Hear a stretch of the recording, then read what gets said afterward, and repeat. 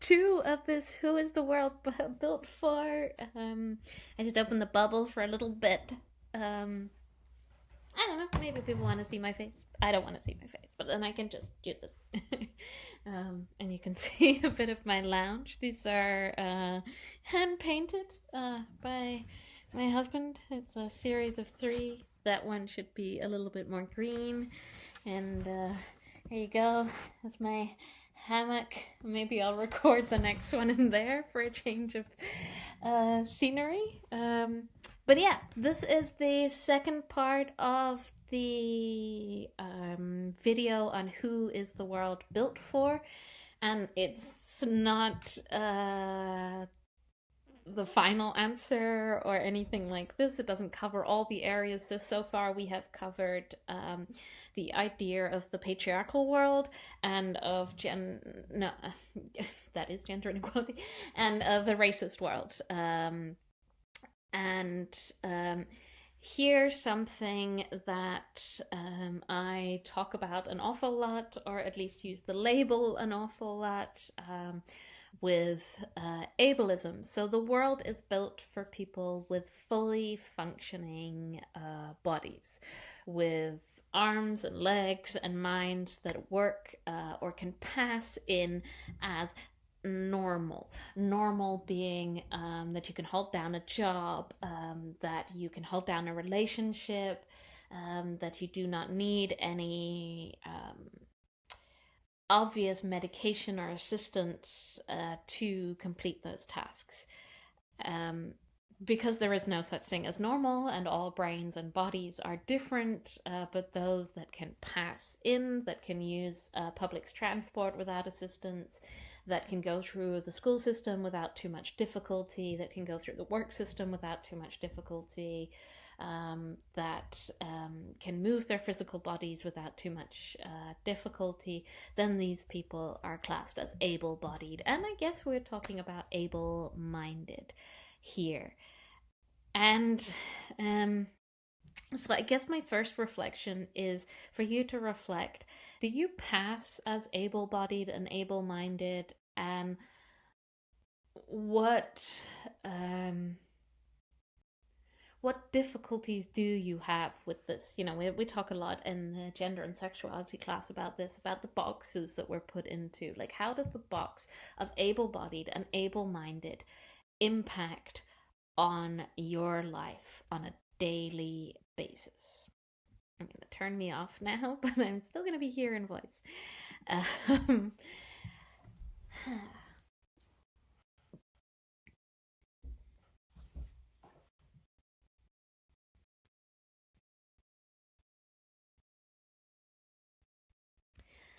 So I paused for a second, but if you need more time to reflect, to think, just pause the video. You know what you're doing. I think for me, the constraints that it has is that it comes with a lot of guilt when I cannot pass. So if I have days where I feel like I cannot undertake my work, where I am emotionally in the wrong place to hold space for other people, I don't think there's an allowance within the system for me to just choose by myself to take that time. So it can, and then because of course part of how this normalization and this passing and this able-bodied able-mindedness works is that it's policed, much as what Judith Butler talks about in terms of the performative part of gender, that we are performing our gender, and that we then police ourselves and others to fit into these gender boxes. I think that we do the same with able-bodied and able-minded, that you are policed into, and this is done by guilt and by comparison, that you should be able to do this because you are not this or that. And so the shame, the judgment that comes with these kinds. I've talked about it often. I'm quite open about different things going on in my mind and my body. And I always am confused as to whether I am trying to reduce the taboo or to be accepted into a different kind of community. Or looking for a valid excuse for behavior. So it's quite a complicated thing because it's something that's silence, but it's also something that's an identifier for a certain community. So yeah, it's complicated. But what are your thoughts, as I said, on this able-bodied, able-minded world that we built? Oh, sorry. Getting to the end of my row of knitting. I'm trying to multitask because, able-bodied, able-minded, I should be using this time to create and educate and not to do nothing. And I know as the colleagues and we also have a meeting tomorrow about this, about how do we motivate, how do we keep you busy and engaged, and you're still at a school even though it's not really a school because it's closed down at the moment. And whilst I will do my best, and I'm trying here with these videos and with the book recommendations that I post up on my Instagram, and many other elements to perhaps keep the motivation level up, I also think that it is also okay, and more than okay, and even desired and needed at times to do nothing, to use this space for personal projects, for having a time out, because there are not many times in your life where you can do that.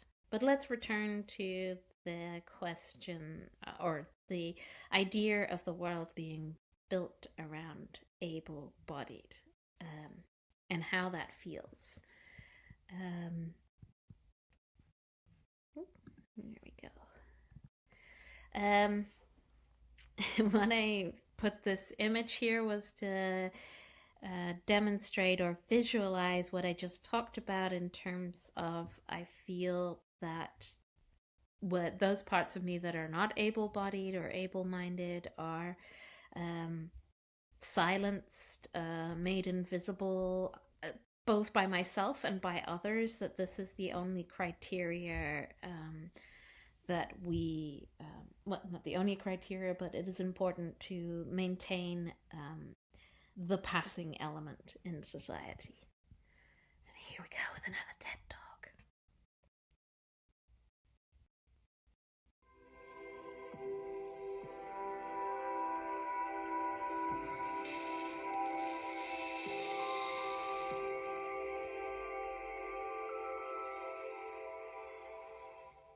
Life is about opportunities, creating them and embracing them. And for me, that was the Olympic dream.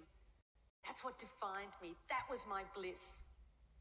As a cross-country skier and member of the Australian ski team headed towards the Winter Olympics, I was on a training bike ride with my fellow teammates. As we made our way up towards the spectacular Blue Mountains west of Sydney, it was the perfect autumn day. Sunshine, the smell of eucalypt, and a dream. Life was good. We'd been on our bikes for around 5.5 hours when we got to the part of the ride that I loved, and that was the hills, because I loved the hills. And I got up off the seat of my bike and I started pumping my legs, and as I sucked in the cold mountain air, I could feel it burning my lungs, and I looked up to see the sun shining in my face. And then everything went black. Where was I? What was happening? My body was consumed by pain. I'd been hit by a speeding utility truck with only 10 minutes to go on the bike ride. I was airlifted from the scene of the accident by a rescue helicopter to a large spinal unit in Sydney. I had extensive and life-threatening injuries. I'd broken my neck and my back in 6 places. I broke 5 ribs on my left side. I broke my right arm. I broke my collarbone. I broke some bones in my feet. The whole right side was ripped open, filled with gravel. My head was cut open across the front, lifted back, exposing the skull underneath. I had head injuries, I had internal injuries, I had massive blood loss. In fact, I lost about 5 litres of blood, which is all someone my size would actually hold. By the time the helicopter arrived at Prince Henry Hospital in Sydney, my blood pressure was 40 over nothing. I was having a really bad day.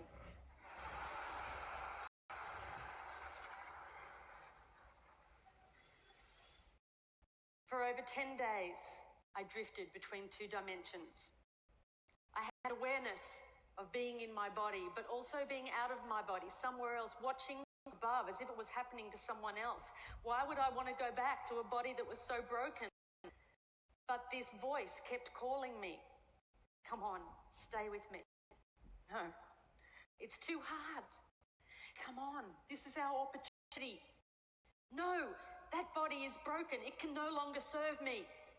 Come on, stay with me. We can do it. We can do it together. I was at a crossroads. I knew if I didn't return to my body, I'd have to leave this world forever. It was the fight of my life. After 10 days, I made the decision to return to my body, and the bleeding stopped. The next concern was whether I could walk again, because I was paralysed from the waist down. They said to my parents the neck break was a stable fracture, but the back was completely crushed. The vertebra at L1 was dropped a peanut, stepped on it, smashed it into thousands of pieces. They didn't operate. They went in, they put me on a beanbag, they cut me in half. I have a scar that wraps around my entire body. They picked as much broken bone as they could that had lodged in my spinal cord. They took out 2 of my ribs and they rebuilt my back, L1. They rebuilt it. They took out another broken rib, fused T12, L1 and L2 together. Then they stitched me up. They took an entire to stitch me up. I woke up in intensive care and the doctors were really excited that the operation had been a success, because at that stage I had a little bit of movement in one of my big toes. And I thought, great, because I'm going to the Olympics. I did. It's the sort of thing that happens to someone else, not me, surely. But then the doctor came over to me and she said, Janine, the operation was a success and we took as much bone out of your spinal cord as we could. But the damage is permanent. There's central nervous system nerves. There is no cure. You're what we call a partial paraplegic, and you will have all of the injuries that go along with that. You have no feeling from the nose down, and at most you might get 10 or 20% return. You'll have internal injuries for the rest of your life. You'll have to use a catheter for the rest of your life. And if you walk again, it will be with calipers and a walking frame. And then she said, Janine, you'll have to rethink everything you do in your life, because you're never going to be able to do the things you did before. I tried to grasp what she was saying. I was an athlete. That's all I knew. That's all I'd done. If I couldn't do that, then what could I do? And the question I ask myself is, if I couldn't do that, then who was I? They moved me from intensive care to acute spinal. I was lying on a thin, hard spinal bed. I had no movement in my legs. I had tight stockings on to protect from blood clots. I had one arm in plaster, one arm tied down by drips. I had a neck brace and stents on either side of my head. And I saw my world through a mirror that was suspended above my head. I shared the ward with 5 other people. And the amazing thing is that because we were all lying paralysed in the spinal ward, we didn't know what it looked like. How amazing is that? How often in life do you get to make friendships, judgment-free, purely based on spirit? And there were no superficial conversations as we shared our innermost thoughts, our fears, and our hopes for life after the ward. I remember one night, one of the nurses came in with a whole lot of plastic straws. He put a pile on top of each, and And he said, start threading them together. Well, there wasn't much else to do in the spinal cord, so we did. And when we'd finished, he went around silently and he joined all of the straws up till it looped around the whole ward. And then he said, okay, everybody, hold on to your straws. We did. And he said, right, now we're all connected. And as we held on and we breathed one, we knew we weren't on this journey alone. And even lying paralysed in the spinal ward, there were moments of incredible depth and richness, of authenticity and connection that I had never experienced before. And each of us knew that when we left the spinal ward, we would never be the same. After 6 months, it was time to go home. I remember Dad pushing me outside in my wheelchair, wrapped in a plaster body cast, and feeling the sun on my face for the first time. I soaked it up and I thought, how could I ever have taken this for granted? I felt so incredibly grateful for my life. But before I left hospital, the head nurse said to me, Janine, I want you to be ready because when you get home, something's going to happen. And she said, you're going to get depressed. And I said, not me, not Janine the machine, which was my nickname. She said, you are, because see, it happens to everyone. In the spinal ward, that's normal. You're in a wheelchair, that's normal. But you get home and realise how different life is. And I got home and something happened. I realised Sam was right. I did get depressed. I was in my wheelchair, had no feeling from the waist down, attached to a catheter bottle. I couldn't walk. I'd lost so much weight in hospital, I now weigh about 80 pounds. And I wanted to give up.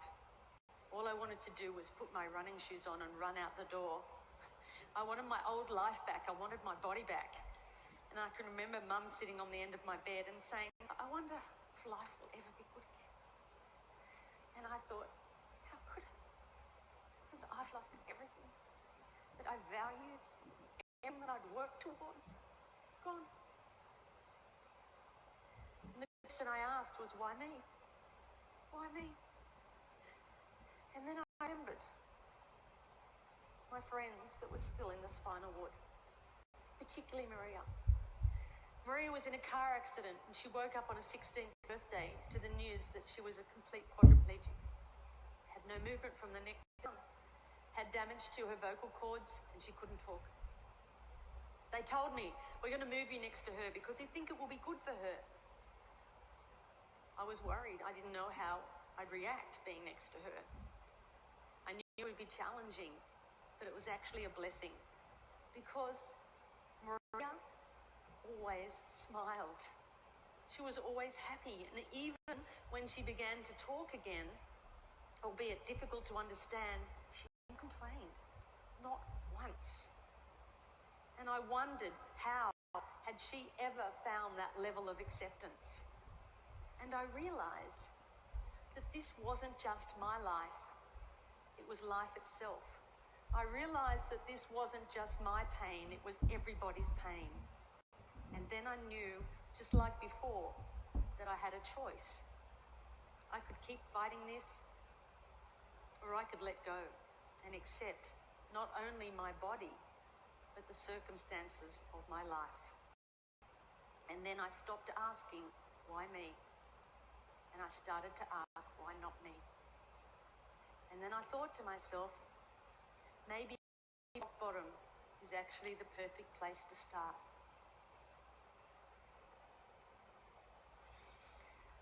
I had never before thought of myself as a creative person. I was an athlete. My body was a machine. But now, I was about to embark on the most creative project that any of us could ever do, that of rebuilding a life.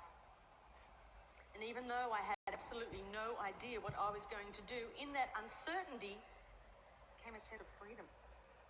I was no longer tied to a set path. I was free to to explore life's infinite possibilities. And realization was about to change my life. Sitting at home in my wheelchair and my plaster body cast, an aeroplane flew overhead. And I looked up and I thought to myself, that's it. If I can't walk, then I might as well fly. I said, Mum, I'm going to learn how to fly. She said, that's nice of you. I said, pass me the yellow pages. She's passed me the phone book. I rang up the flying school. I made a booking, said I'd like to make a booking to come out for a flight. They said, when do you want to come out? I said, well, I have to get a friend to drive me out because I can't drive. Sort of can't walk either. Is that a problem? I made a booking, and weeks later, my friend Chris and my mum drove me out to the airport, all 80 pounds of me covered in a plaster body cast in a baggy pair of overalls. I can tell you, I did not look like the ideal candidate to get a pilot's license. I'm holding onto the counter. I can't stand. I said, hi, I'm here for a flying lesson. And they took one look and ran out the back, short straws. You get her. No, you take her. Finally, this guy comes out. He goes, hi, I'm Andrew, and I'm going to take you flying. I go, great. So they drive me down. They get me out on the tuck, and there was this red, white, and blue aeroplane. It was beautiful. They lifted me into the cockpit. They had to slide me up on the wing, put me in the cockpit. They sat me down. There are buttons and dials everywhere. I'm going, wow, how do you ever know what all these buttons and dials do? Andrew, the instructor, got in the front, started the aeroplane up. He said, would you like to have a go at taxiing? That's when you use your feet to control the rudder pedals, to control the aeroplane on the ground. I said, no, I can't use my legs. He went, oh. I said, but I can use my hands. And he said, okay. So he got over to the runway and he applied the power. And as we took off down the runway and the wheels lifted up the tarmac and we became airborne, I had the most incredible sense of freedom. And Andrew said to me, as we got over the training area, you see that mountain over there? And I said, yeah. And he said, well, you take the controls and you fly towards that mountain. And as I looked up, I realized that he was pointing towards the Blue Mountains, where the journey had begun. And I took the controls, and I was flying. And I was a long, long way from that spinal ward. And I knew right then that I was going to be a pilot. Didn't know how I'd ever pass a medical. But I worried about that later, because right now I had a dream. So I went home, I got a training diary out, and I had a plan. And I practiced my walking as much as I could. And I went from the point of like 2 people holding me up to 1 person holding me up, to the point where I could walk around the furniture, as long as it wasn't too far apart. And I made great progression to the point where I could walk around the house, holding onto the walls like this. And Mum said she was forever following me, wiping off my fingerprints. But at least she always knew where I was. So while the doctors continued to operate and put my body back together again, I went on with my theory study. And then eventually, and amazingly, I passed my pilot's medical, and that was my green light to fly. And I spent every moment I could out at that flying school, way out of my comfort zone. All these young guys that want to be Qantas pilots, and little old hop-along me. In first my plaster cast, and then my steel brace, my baggy overalls, my bag of medication and catheters, and my limp. And they used to look at me and think, oh, who is she kidding? She's never going to be able to do this. Sometimes I thought that too. But that didn't matter. Because now there was something inside that burned that far outweighed my injuries. And little goals kept me going along the way. And eventually I got my private pilot's license. And then I learned to navigate. And I flew my friends around Australia. And then I learned to fly an aeroplane with 2 engines. And I got my twin engine rating. And then I learned to fly in bad weather as well as fine weather and got my instrument rating. And then I got my commercial pilot's license. And then I got my instructor rating. And then I found myself back at that same school where I'd gone for that very first flight, teaching other people how to fly. Just under 18 months after I'd left the spinal ward.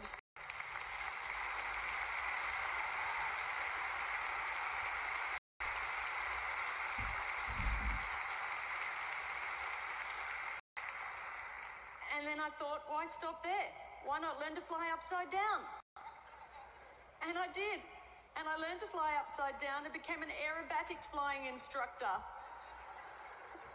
And Mum and Dad, never been up. But then I knew for certain that although my body might be limited, it was the spirit that was unstoppable. The philosopher Lao Tzu once said, when you let go of what you are, you become what you might be. I now know that it wasn't until I let go of who I thought I was that I was able to create a completely new life. It wasn't until I let go of the life I thought I should have that I was able to embrace the life that was waiting for me. I now know that my real strength never came from my body. And although my physical capabilities have changed dramatically, who I am is unchanged. The pilot light inside of me was still alight, just as it is in each and every one of us. I know that I'm not my body, and I also know that you're not yours. And then it no longer matters what you look like, where you come from, or what you do for a living. All that matters is that we continue to fan the flame of humanity by living our lives as the ultimate creative expression of who we really are. Because we are all connected by millions and millions of straws. It's time to join those up and to hang on. And if we're to move towards our collective bliss, it's time we shed our focus on the physical and instead embrace the virtues of the heart. So raise your straws if you'll join me. Thank you.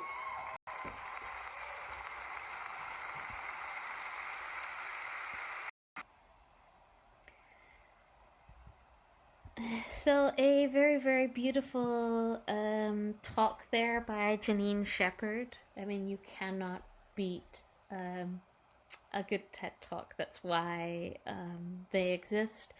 And of course here, speaking of a dramatic success story, and that's not what all of our bodies and all of our minds go through, at least not in the terms as we see it described here. So of course we can take talks like this as an inspiration, as a motivation, but it is not to say that if you have not managed to get out of a wheelchair after an accident, if you have not managed to conquer your depression, that somehow you are less worthy, that the world is not built for you.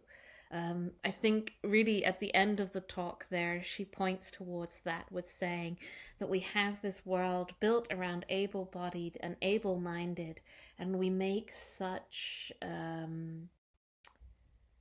conclusions based on this that don't actually apply to the person, whether even internal conclusions about what we're capable of and what we're not, and the danger of building a world around this accepted culture of ableness means that we're excluding a lot of input from a lot of different people. And I wanted, so she talked about a physical recovery there and a physically different way of inhabiting the world.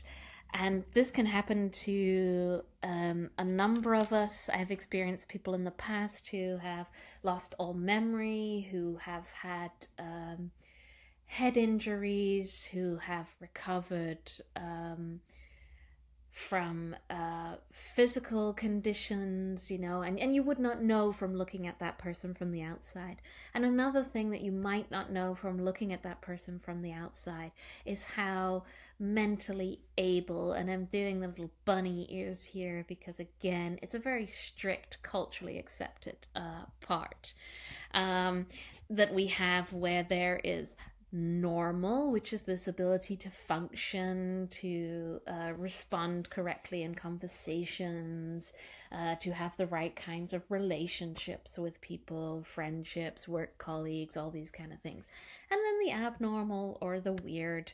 And we've all been there. We've either felt ourselves on the abnormal side or we felt somebody else on the abnormal side.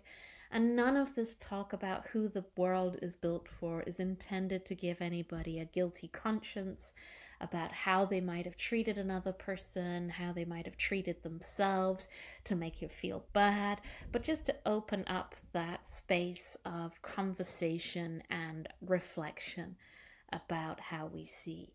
And here could be a space where you pause me and just brain dump, what is it that is considered normal? So underneath the normal label, all those things that you're supposed to be, and then the abnormal part. And it could be something that you do for how you conceive of yourself, or something that you do on that cultural level of what is seen as normal in your culture, what is seen as more abnormal in your culture. So pause here if you like, otherwise I'm going to continue. And here is another exercise which hopefully I can do when we're back together, but maybe you can do it here. And this is to have a conversation cafe, but based not on a name tag that says, hey, my name is Felicity, but could be, for example, there's a few on there. Hello,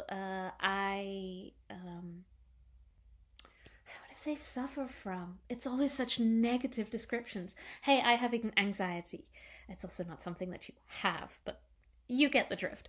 And then you have a conversation based on that element of yourself. So, maybe you have a phobia, maybe you have depression, and you're actually going to sit across from someone at the recommended distance, of course, and have that conversation as to what does this mean to you? How does this affect your life? So it's kind of like speed dating with mental conditions, health, treatment, whatever word that you like to use to describe this. We did this as a class, so this is a class that I built together with a former student called Jasmine, and I'm going to do my best so she created a description of her mental health, and I'm going to do my best to speak to that and then share my story, and then I hope it also opens up for conversations for you guys and girls and in-betweens and people to share your stories. And here again, you just saw me stumbling over my words. That is it a mental illness, a condition, a disorder, a diagnosis? And the question there is the language with which we talk about mental health already affecting how we think about it. There are none of these things here which scream positivity, that scream acceptance, that scream that this is something that is okay.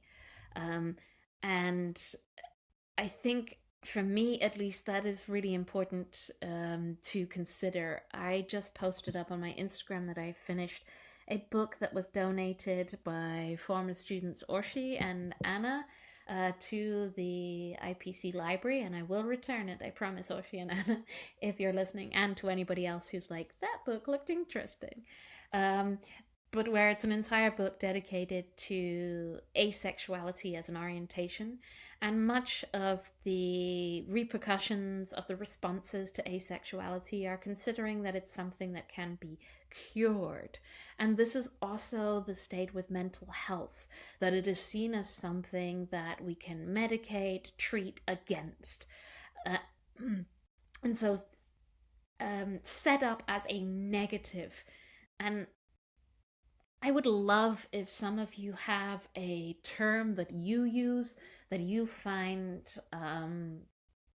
is more positive, accepting, recognizing, and not trying to be pejorative, very posh word for negative, against mental health in all of its shapes and sizes. So yeah, if you have emotional responses to any of these descriptors here, maybe having a discussion with yourself or with others about why that is, and then also if you have more positive terms that you would use. I think this is an experiment. Yeah. So, as I said, this lesson was part designed with Jasmine, a former student. If you're listening, Jasmine, hi, miss you. And Jasmine had been diagnosed with Asperger's syndrome, and of course, not of course, but this did impact the way other people might perceive her, might treat her, and so she came up with these ideas. So first, here is a video to experience what sensory overload might feel like. Warning, this is not a pleasant experience. And what I would love you to try and do is to think straight while this is happening. Maybe you could think about the former question, about how you feel about these things while this video is on.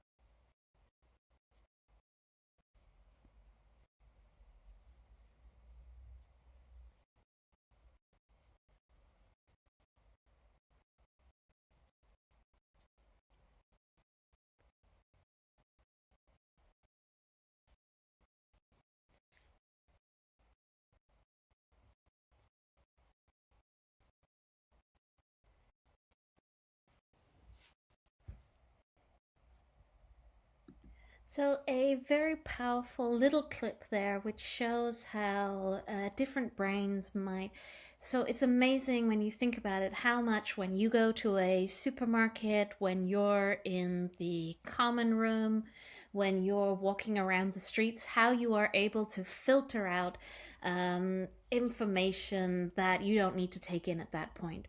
Whereas different brains may not be able to do that filtering. And so all of that input is being taken in at the same time and not filtered out. So it's difficult to concentrate, to be able to communicate. Imagine trying to have a conversation in that amount of noise, to make a choice about what you want to eat for dinner when you have that much noise going on, to do your shopping when there's overstimulation with color and noise and other sorts of senses. So I think it's a very powerful little piece that really shows how brains and bodies can function differently, and how our world is designed for those that function. And again, with the bunny ears here, with the speech marks around it, for normal passing able-bodied people.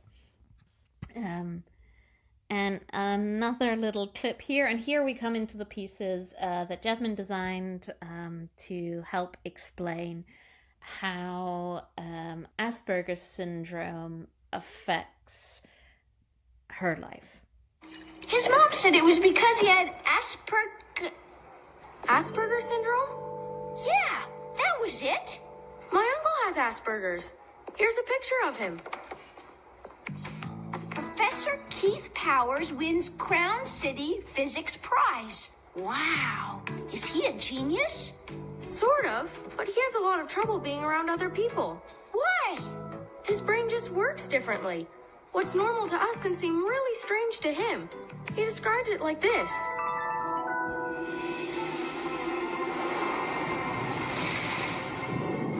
Imagine you've crash landed on an alien planet.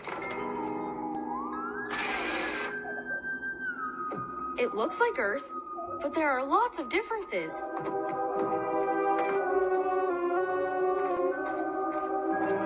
For one, a lot of people seem to talk really loudly. Hey!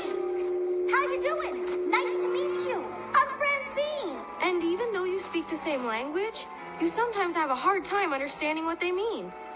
Good night for a banana fight, right? Yes? No, I don't know. And things that seem hilarious to you aren't funny at all to them. What's he laughing at? Is it my nose? I have no idea. You're weird. But it was a joke, right? Aww. You wish the scientists back on Earth had given you a guidebook to this strange planet, but they forgot to pack one. So you have to try to learn things all on your own. Maybe there's one thing in particular that captures your interest, and you study just that. Hopefully, the people on the planet begin to understand you a little better. Hey, George! Nice... Oops, sorry. Nice painting. Thank you, Arthur. You look very creamy today.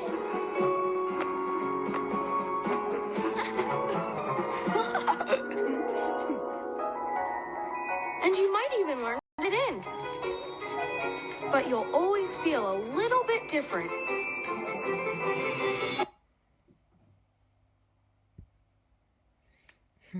So beautiful explanation there from the comic Arthur, explaining a little bit how Asperger's syndrome. And again, these are the words Jasmine used. This coming up is her writing and her images that she created.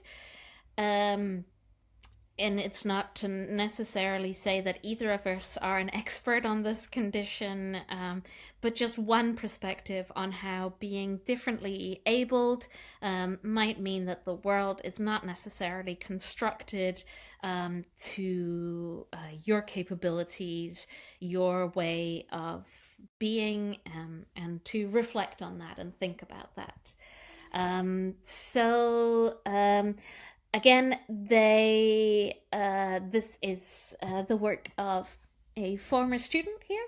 So Asperger's syndrome, one can have people can have social issues, as you just saw in the little cartoon there, that it's difficult to understand the motivations, the desires, the pleasures of other people, the etiquette of talking to other people, because those filters are different. The way of seeing things might be different. And I'm not saying that people with Asperger's syndrome see things.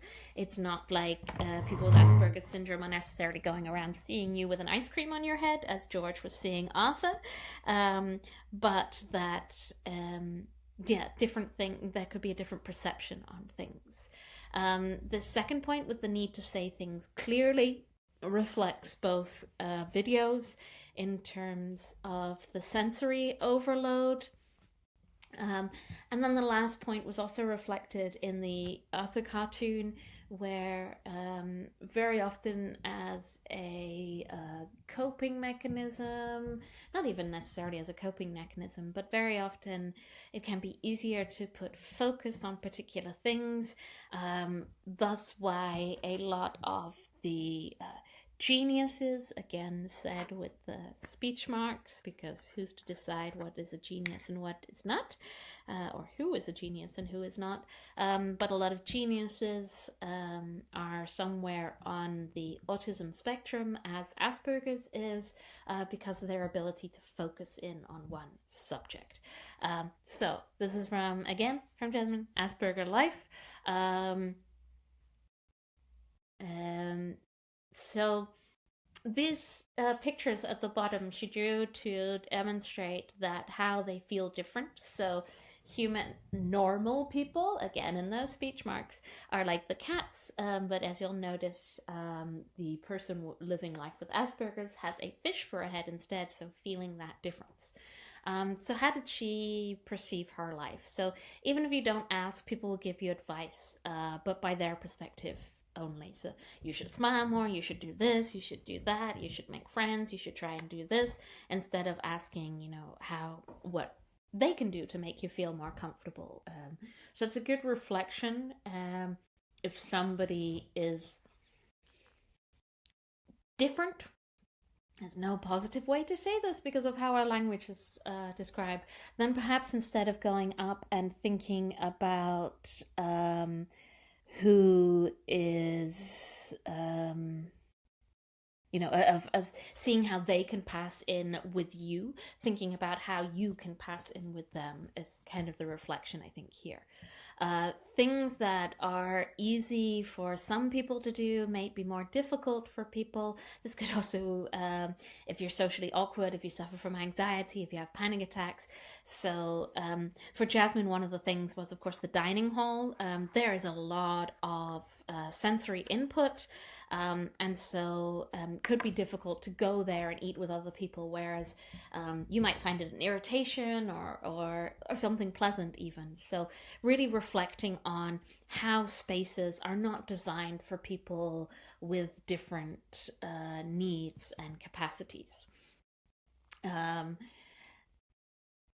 Again, this, because of the sensory overload, the inability to filter information, people with Asperger's can sometimes be considered slow or less intelligent because they are processing the information at a different speed. Our education systems are really ably body designed in that you have to get information within a certain amount of time, within certain criteria that are not open, that are not necessarily flexible, and this makes it very difficult if your brain works differently. I think I am going to stop there because nobody needs to hear again my kinds of responses or my story. If you would be interested, then just send me a message and I can say. But yeah, this being differently abled, either mentally or physically, usually comes with a lot of stigma about how we treat other people, and I don't even know what this video is. Yeah, I've touched the bowl. I'm so eager. Okay, what we got here? We have got. Oh, I get this a lot. You know what it is? It's like. That's how I feel. Do it.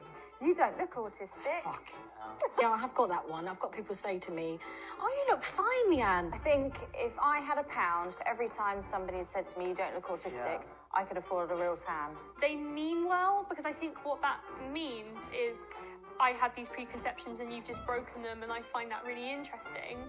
But how it's actually come out is quite stigmatizing. They think of someone with autism and they think of your typical Sheldon Cooper type, or someone who doesn't speak to anyone, who's rude, who is a genius, and that simply isn't the case. There's definitely an immediate image of how autistic people are portrayed. It's always men or children. No, I agree, yeah. Where's the girls? I mean, there is, I think, something called savant syndrome where people do have these like amazing gifts they've been given. But I think a lot of these like special abilities come from being very, very, very interested in something. I have let down autism. I am shit at maths. All right.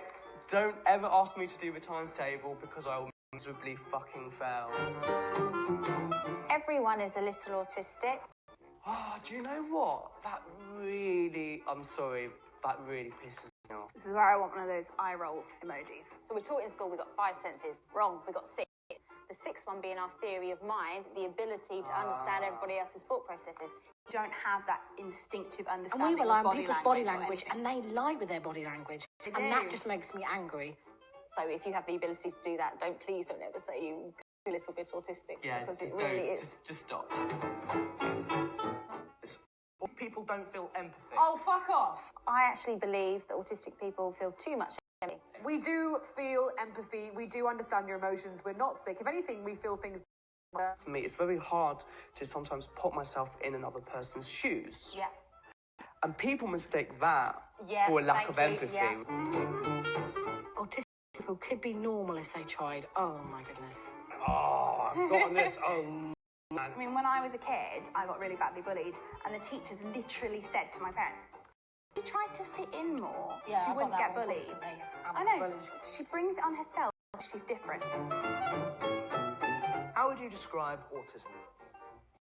Complicated. It's a very individual thing, Yeah. and every person is very, very, very different. My like analogy is that autism is like being at like a big rock concert, and like it's really loud. Yeah, it's like really loud and it's constant. Like being in a country where everyone talks a different language from I'm just you. trying to work that out, and you've got all these that tell you what everybody else is saying, but you still can't put it together. But at the same time, you're kind of a subculture that kind of among a subculture that maybe not everyone really appreciates gets you at the same time. It's like being in the underground music scene or something like that. We're just hitting a rave or something like that, going, oh, go on, go on, go on. Yeah, we're rebels basically. Rebels without a cause. We are rebels in we Star Wars. Yeah, we are. You bring me the lightsaber. And I'll like my friends mad because we'll watch like, you know, ITV daytime quiz shows or something. Yeah. And I'll just be there like getting the answer to that hit single in 2008. Like I'm like that with my dad sometimes. I'll go in the quiz and they go like, oh, you lucky bugger. Yeah. Yeah. Basically you want this on your general knowledge team. Like, Yeah. I will know, you know, oh yeah, I know, I remember those shoes in the brown had the blue shoelaces. So I do that, and I really quite like that. We can just be ourselves. And just being ourselves is like a blast. It's just I know, nuts. it's like you're permanently on a roller coaster because you see all the things that other people don't see. It's something of a unique gift. I reckon, yeah, we've got gifts that we can actually give to the world. yeah. I had someone genuinely say to me, if you could get cured, would you? No. And it's like, what? Yeah, it was like, well, no. That's like saying, would you change yourself as a person, like your whole identity? Piss off. No. We are winners. We're winners. Yes, high five. So of course it was one of my little feel-good videos, but hopefully this has given some inspiration about about things to think about when a world is built for able-bodied persons, mentally and physically. And my phone has been ringing through this. I'm gonna stop here. This is the end of this little mini 2-part on who the world is built for. Thanks for listening, and hope you're having a good day, whatever you're doing.